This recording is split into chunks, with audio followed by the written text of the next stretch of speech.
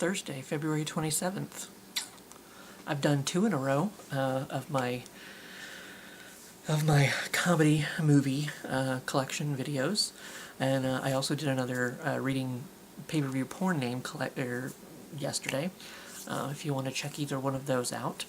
But today we are down to our last section, our last bit of the collection of VHS tapes, which is this right here. Right here is what we've got today.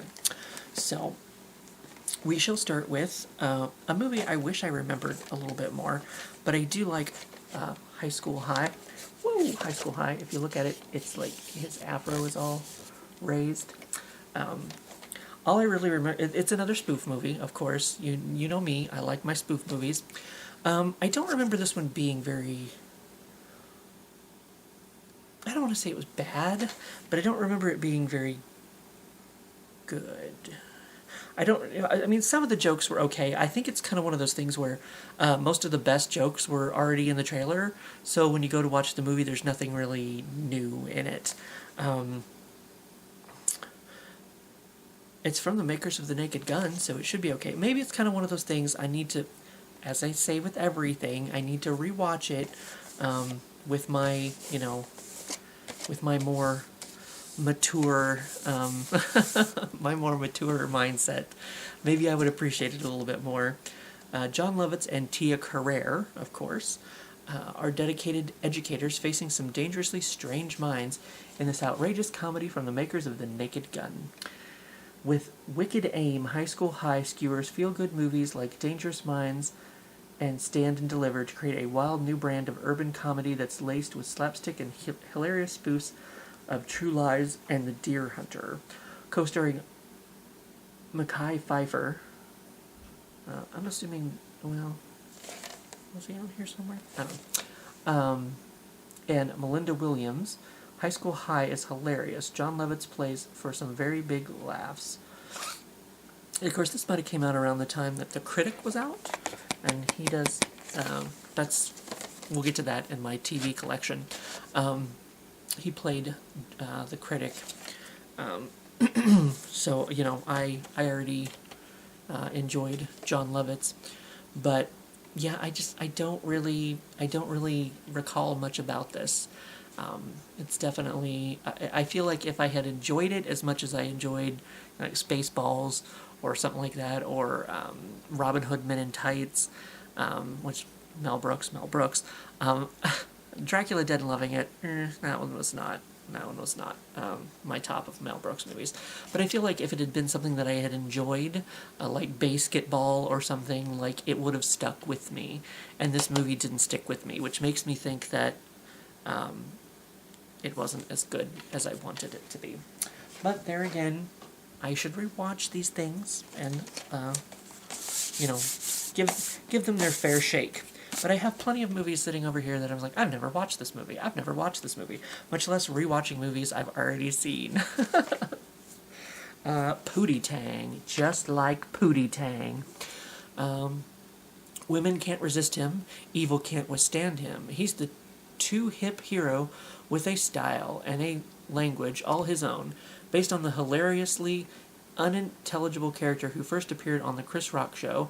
Pootie Tang is a hit record-singing, criminal escape-busting, rabbit fur shirt-wearing superhero idolized by kids and love-starved women everywhere. But when Pootie's one-man war against greed, injustice, and unwholesome consumer products starts cutting into profits at LectraCorp, the company's demented CEO plunges the super dude into a super funk by swiping his magical villain whooping belt. Can our hero pull himself up by the poot straps? Not bootstraps, poot straps. Will he buckle under the pressure? Will his new single go platinum? Find out in this off-the-wall comedy sensation featuring Chris Rock in multiple roles.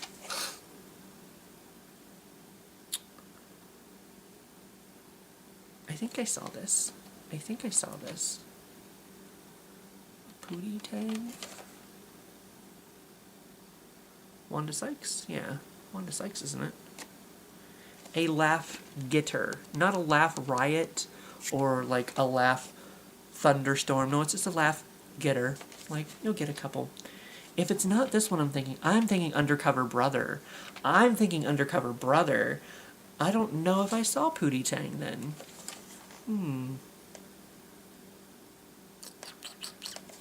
I can't tell you.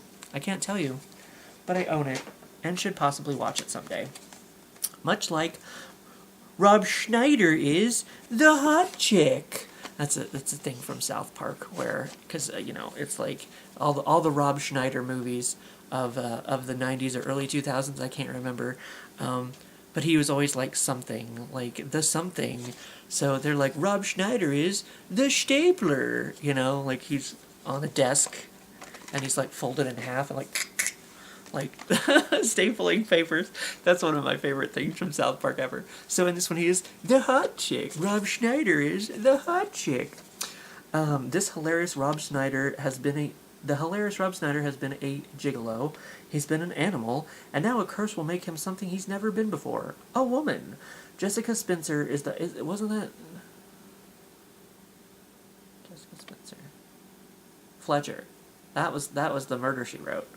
Sorry, that threw me off there for a second. It's the hottest, most popular girl in high school, but she gets a big dose of reality when she wakes up in the body of a 30-something-year-old lowlife male, Schneider, and quickly discovers that trading on your looks isn't so easy when you're a girl who's constantly needs a shave. Blah, blah, blah. How in the world can Jessica convince her friends, Anna Faris, Matthew Lawrence, Eric Christian Olsen, it really is her? And how can she change herself back into a teenage girl? The Hot Chick is a wild and wacky gender-bending comedy everyone can enjoy, no matter what sex you are. I feel like if this was today, this movie probably wouldn't even be made today, I would assume. They might say no matter what gender you are, because, that's a thing. I have another movie here somewhere that I feel like wouldn't get made today as well. I don't remember this movie. I can't even tell you if I watched it. I do like Anna Faris. I do, from Scary Movie, I do like Anna Faris. I liked her in The House Bunny, even though that's a movie that I don't own, I don't think. Unless, if you've seen all my videos, so this is number 14, if you've seen all 14 of my videos, maybe remind me if I've come across House Bunny or not. So I've always liked Anna Faris. Her show with, Mom is her show. Of course, it has a wide cast of characters now. Jamie Presley is on there. What's her name? From Third Rock from the Sun. She's on there now as a main character. Which is funny. I didn't even think they had a little mini Third Rock from the Sun reunion, because what's his name? I'm so good at everything, in case you hadn't noticed. The guy who played not the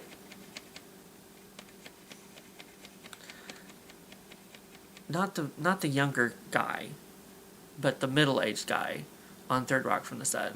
In the middle, he wasn't as old as Dick, but he wasn't the youngest guy either. Is his name French Stewart? Is that his name? He's been on the show since the beginning as Anna Faris's boss. Whoops, Anna Faris is over here. Sorry, I'm looking backwards on my camera. Well, maybe not her boss, but he's the chef. He's kind of this pompous chef at the restaurant that she works as a waitress at. And now that the woman is on there as Tammy Diffendorf, I believe. I hadn't even thought about that. Now that they had both of them, they had a little mini Third Rock from the Sun reunion, which was kind of cool. But anyway, that's besides the point. And I still haven't thought of the other woman's name. I think she was on The West Wing to begin with. The one who's the actual mom. Well, the whole show started with all three of them being moms. I digress. The hot chick. I can't tell you if I watched this or not. I can't tell you. So I don't know much about it. and I'm going to shut up about Mom and move on to Dickie Roberts, child porn star. Wait, no, just former child star. That's probably way more of an appropriate movie to be talking about, or at least admitting that I own. Dickie Roberts, former child star. In the 1970s, Dickie Roberts, David Spade, held the keys to success as a child star with a hit TV series. Now the only keys Dickie holds are the ones that start the customer's car that he parks at as a valet attendant for a Hollywood restaurant. Desperate to revive his acting career, Dickie tries to audition for a role in Rob Reiner's new movie, but the director doesn't believe Dickie is normal enough to play the part. Determined to get the role, Dickie hires a typical family to give him the real-life upbringing he never had. But once Dickie moves in, the family's life becomes anything but normal as Dickie unleashes his wild inner child and learns in the process some unforgettable lessons about fame, fortune, and true family values. Co-starring Mary McCormick, John Lovitz, Alyssa Milano, and many former child stars, including Danny Bonaducci, Barry Williams, and Leif Garrett. So, that's kind of cool. I feel like I did watch this movie. And once again, I guess it didn't leave much of an impression on me. But the story sounds interesting enough. I probably liked the commercials, maybe. Her name starts with A. It's bugging the crap out of me, I think. Maybe it's her last name. But anyway. This is the other movie that I feel like would not be made today. It's Zorro, the Gay Blade. And I don't even know how I came across this movie. I don't know. I don't know how I came across this movie. A joyous, silly farce.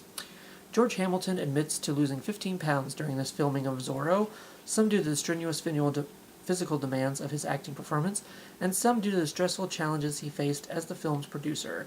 Nevertheless, he says the combined responsibilities gave him the greatest satisfaction of his career. So if you're ever on Jeopardy and get asked that question, now you know. George Hamilton stars in a dual role as twin sons of the legendary Zorro. Soon after the dashing Don Diego Vega inherits his father's famous sword and costume, a broken ankle prevents the masked avenger from fulfilling his heroic duties. When his flamboyantly fashion-conscious brother assumes the secret identity to continue an ongoing fight for justice, the results are nothing short of hilarious. Lauren Hutton, Brenda Vaccaro, and Ron Liebman co-star in this colorful and crazy comedy caper. Yeah, I feel like this is probably at, the expense of his flamboyance and whatever and blah, blah, blah, blah, blah, blah. So this is, once again, a movie that would probably not be made today because it was made in 1981, according to this thing on the back. So, yeah, once again, I don't even know if I ever watched this. I don't know why. I may have seen a scene from it or something. I don't know. I don't know why this movie was interesting enough to me to want to purchase it. Maybe I feel like it's, because it's one of those movies that would maybe seem taboo these days. Watch something from a simpler time, I guess. I don't know. Things that, probably wouldn't be allowed today. Because I like to laugh about everything. Like, I don't even care. You know what I mean? Like, just enjoy it. Just enjoy it. So, yeah, I can't tell you, I don't remember watching this movie. So I can't really, once again, tell you if it was good or bad or whatever. But here it is. All right. I keep wanting to say Allison Hannigan, but I know it's not. I know that's Willow from Buffy. I know who Allison Hannigan is. Anyway. Oh, I've never even opened this. And I feel this is my last film for today and my last VHS tape of my comedy film collection. And this is a fitting bookend to what I'm doing here, because this movie is exactly the reason why I will never get rid of my VHS player, because sometimes you just need it. you never know, and I've gotten on this soapbox before, I know, I understand, I'm sorry, but you never know what films are never even going to make it to DVD. And this was supposedly, you would think a classic. But at least at the time, I don't know, I can look it up here in a minute and find out. At least at the time, it was not on DVD. I don't even know if Blu-ray was a thing yet. So maybe it's made the transition since then. I don't know. And I can't tell you how long I've had this either. But it is the VHS of Charlie Chaplin, The Great Dictator. This, I remember, I saw part of it. I took a film comedies class in college. And he showed us part of this, and it was, I can't remember what the part was exactly, but I remember it was funny enough that I wanted to watch the rest of it, because it seemed kind of like a ridiculous kind of movie, and seemed kind of like a lot of fun, like, spoof movies and farce movies and, all that kind of stuff. Ridiculous Naked Gun kind of shit, you know what I mean? So, yeah, I can't tell you what scene it was from this. But yeah, it's not even, I haven't even taken it out of the plastic, because I wanted to rewatch, I wanted to watch the whole thing, but obviously still have not. Chaplin is brilliant in his first talkie. See, this is even like a classic movie. It's Charlie Chaplin's first talkie movie. And so why had this not made it to DVD yet? Chaplin plays two totally opposite roles in his first talkie, giving a superb display of his boundless talent for both inspired comedy and powerful drama. One of his masterfully drawn characters is a Jewish barber facing the constant threat of stormtroopers from Star Wars. That's weird. And religious persecution. The other is the Great Dictator, Heinkel, a brilliant lampoon of Adolf Hitler that is awesome proof of Chaplin's pantomime genius. The movie's famous highlight comes in its final scene when Chaplin steps out of character and addresses the camera with an eloquent plea for the triumph of reason and humanity over mindless militarism. This speech is so moving that Chaplin was later asked to repeat it on national radio, and the film itself was voted one of the year's 10 best by the New York Times. It's from 1940. It's 126 minutes. 126 minutes? Wasn't that like a long movie back then? It's black and white. Only factory sealed packages contain this mark on wrapper. Okay. I guess it's talking about that. So, it's factory sealed. It's factory sealed. So let's go to Amazon real quick and search for The Great Dictator. Fuck. I wasn't in the search bar, so it just took me halfway down the page. Okay. The Great Dick.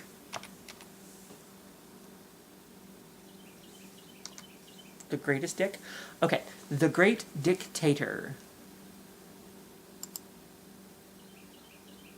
It had a search by DVD. It had a search by Blu-ray. Gilligan's Planet. The Great Dictator. You can watch it on Prime Video. $3.99 to rent. So it has since The Great Dictator, Charlie Chaplin Blu-ray. That's Canadian. Tanya, you can get it, but I can't. I think that's Canadian. That's what the little octagon and the little triangle mean, I think. So it does exist on Blu-ray. Not in my region, apparently. Oh wait, what's this? The Great Dictator, the Criterion Collection, Blu-ray. So apparently it has made the transition since then to, unless this is another one out of my region. Let's see what it is. Blah, blah, blah, blah, blah, blah, blah. Region A/1. I'm pretty sure like U.S. and Canada is A/1, right? Because I think I can watch Canadian movies. I think because we're in the same region. I think. It's when you start getting into all those other numbers that you get kind of kerfluckered. What is this? The Charlie Chaplin collection? 11 discs? Oh, this is playback region B2. This will not play in most Blu-ray players sold in North America, Central America, South America, Japan, North Korea, South Korea, Taiwan, Hong Kong, and Northeast Asia. So, I don't even know where that is, but it is not here. Let's see, this one with the triangle is region B2. So once again, that's apparently one that I can't. Sorry, Tanya, apparently you can't either. This will not play in most Blu-ray players sold in North America, Central America, South America, Japan, North Korea, South Korea, Taiwan, Hong Kong, and Southeast Asia. It doesn't say anything about Canada, so I don't know. This Blu-ray, that's playback region B2. There's only 2 for sale. I think they're used or something. I don't think they're new. I don't know. They're like $77, so obviously not something I would be buying. Anyway, so it's but you can rent it on Amazon Prime. You can rent it for $3.99, buy it in HD for $19.99. What's the more purchase options? You can rent it in high definition or standard definition for $3.99. And you can buy HD for $19.99 or buy standard definition for $19.99. Okay. Alrighty. So it has made the jump. It has made the jump. At the time, it had not. So that's why I own this VHS, and that's why I will never not have a VHS player, because I want to, if I want to watch a movie, okay, if I want to buy a movie with intention to watch it, maybe I should word it that way. If I want to buy a movie with intention to watch it, and the only way I can get it is on VHS, then I don't want to miss out on this option. You know what I mean? That's my soapbox. Once again, every time I go through my VHS tapes, I'll probably have to say it again. But anyway, but that is the movie. That is the reason that I will always have a VHS player, because I ran into that where it's kind of like that was just solidified I probably still had a VHS player at the time. Like I said, I don't even know if Blu-ray was a thing yet. Of course, I still had VHS tapes. But yeah, I found that at the time it only existed on VHS that I knew of anyway, that I could find. Anyway, ta-da! So yes, that is all of my comedy movies. We're done with comedy movies. I have one more that I will try to do tomorrow. Which is all of my stand-up specials. I need to find all of my stand-up specials so that I can share those with you, and that'll be the end cap of the whole comedy, movie, film, DVD, Blu-ray, VHS collection kind of thing for you. So yeah, I guess I do still have one more VHS, at least, but we'll deal with that tomorrow or whenever I make that video. And then, of course, next week, or whenever it is, I don't know. We're going to go on our little mini vacay day, so I'm trying to get this done so that it can just be done. And then we can do the mini vacay day, and after I come back from mini vacay day, maybe start something new. I can't decide if I want to do, like, my action movies next, or, like, my TV series next. If there's either of those that you are interested in, more so than the other, because I don't like action. It can. I feel like, like it can be sci-fi. It could be fantasy. It could just be, like Pirates of the Caribbean or something. Fantasy. Well, pirates aren't fantasy, I guess. Maybe Jack Sparrow. It's a little bit. So it could be like action movies, I guess, but that's a lot, a huge chunk. I feel it encompasses many different things. Kind of like, is a thriller a horror movie? Kind of discussion that I have with myself, I suppose. Um, I don't know. And there again, when I do that, I'm like, am I going to do all of my action movies? Maybe I'll do all of my action movies and then separately do like or maybe I could just make it part of the action movies, like all of my comic book movies that I have. Um, but anyway, that's a discussion for another day. I suppose I have one more comedy video to make for you before we move on, and vacay day. So that's what's coming up. I will shut up, and I will see you for when I see you.